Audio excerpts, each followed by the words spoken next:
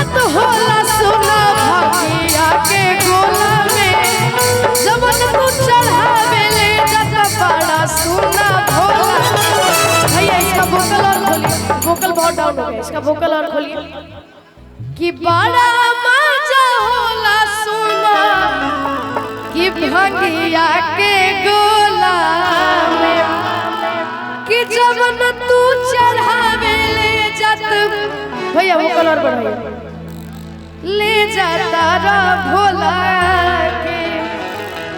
और ये का कि रोड में कांवरियन के भीड़ लगल बा, चलावते जसिया ड्राइवर हो।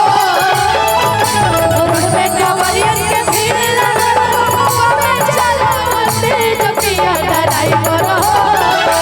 सैया ड्राइवर हो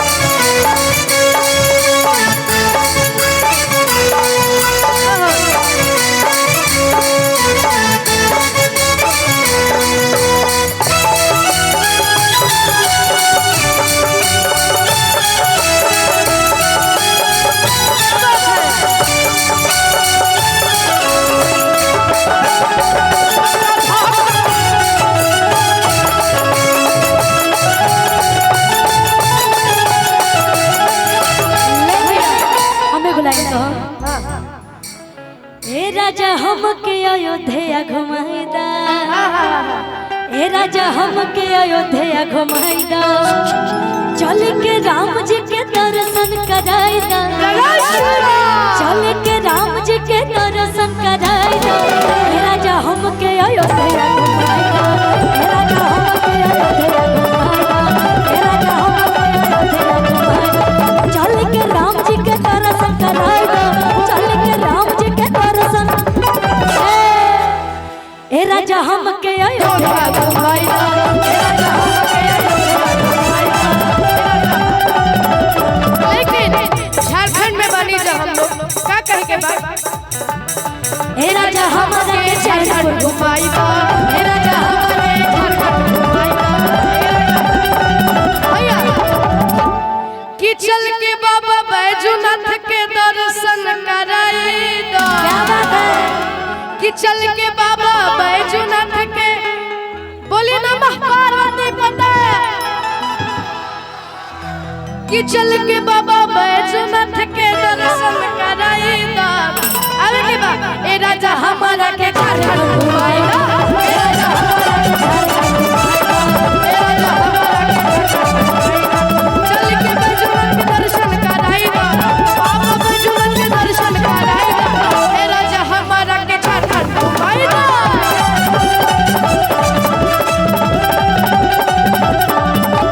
लेकिन आर्या भैया रुक लीजिएगा, यही झारखंड में जानते हैं हम क्या बोलेंगे? यही झारखंड में हम क्या बोला कि ए राजा हमारा के चैनपुर घुमाए दो, ए राजा हमारा के चैनपुर घुमाए दो।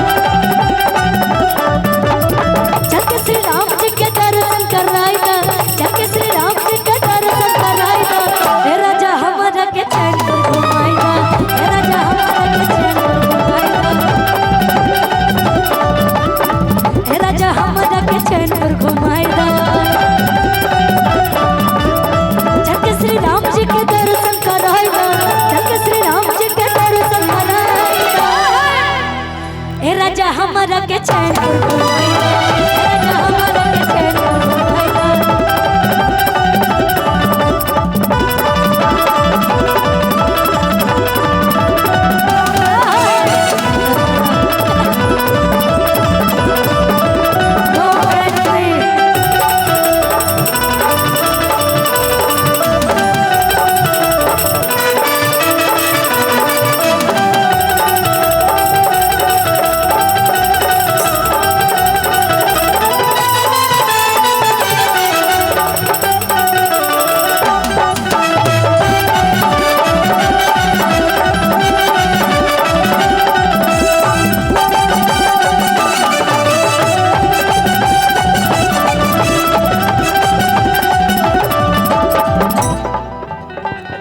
भैया भैया हेलो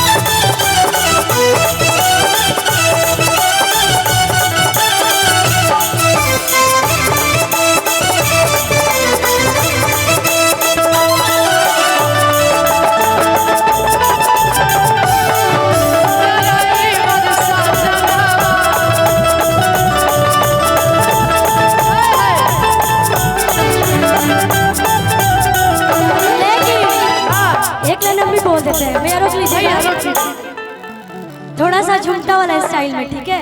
क्योंकि हम लोग झारखंड में हैं तो इन लोग का भी थोड़ा थोड़ा रस होना चाहिए ना, हैं? कि अरे ओ मोरे पिया ठीक नहीं किया,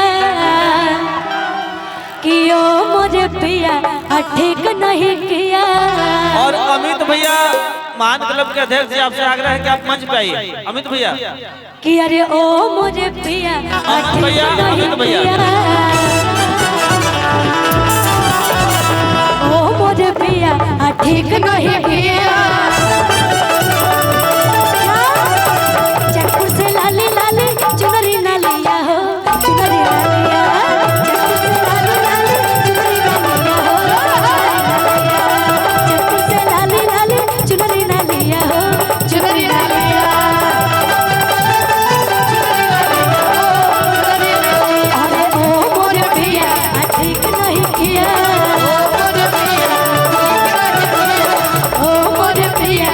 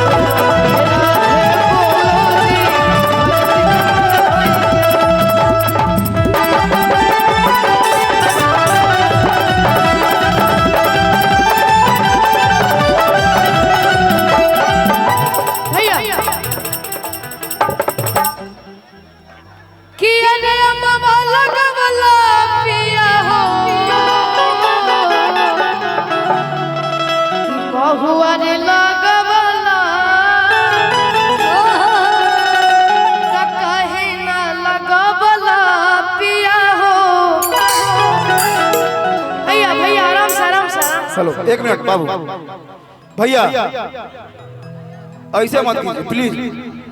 आप लोग हमको सहयोग करते हैं ये प्रोग्राम करने के लिए और लास्ट में आप लोग वही कर देते हैं। दिल मत दुखाइए भैया आप लोग। हाँ जोड़ी विनती है सब लोग जितना भी वीआईपी है मेंबर वीआईपी के वीआईपी मेंबर सब नीचे उतरिए प्लीज। हाथ जोड़कर विनती है सभी को विनती है हाथ जोड़ करके। कार्यक्रम बहुत आगे चलेगा और बहुत बड़ा बड़ा कार्यक्रम हम लोग कराने के लिए भी प्रयत्न किए हैं। पप्पू जी उतर सब लोग उधर। हेलो आगे से जितने भी हैं मॉनिटर का आवाज नहीं आ रहा है प्लीज आ जाओ साइड से। सभी से अनुरोध है भैया आप लोग सहयोग करिए भैया। हम लोग को आप लोग के सहयोग के बिना कार्यक्रम नहीं होता है लेकिन लास्ट में वही काम करते हैं। आराम से देखिए रात भर चलेगा प्रोग्राम। भैया उतरिए प्लीज। हेलो भैया जी भैया गोल पर रहे भैया दोनों के गोल पर रहे भैया उधर जाइए। कार्यक्रम थाना से तो भैया साइड हो जाइए इधर यहाँ पे आप कीजिए ना मंच को खाली करना है। महान क्लब के अमन भैया सब लोग से रिक्वेस्ट कर रहे हैं इतना प्यारा सा आयोजन और इस धरती पे सचिन भाई सचिन हम तुम्हारा फोटो खिंचवा देंगे टेंशन मत लो। सचिन जी सभी लोग मंच को खाली कर दें। आपकी उपस्थिति के साथ बहुत बढ़िया कार्यक्रम चल रहा है और ये महान क्लब की बड़ी गरिमा के साथ इतना प्यारा सा आयोजन अमित भैया और अमन जी जो स्तंभ है महान क्लब के। मैं चाहूंगा एक बार अमित भैया किधर गए आइए ना एक इधर आ जाइए।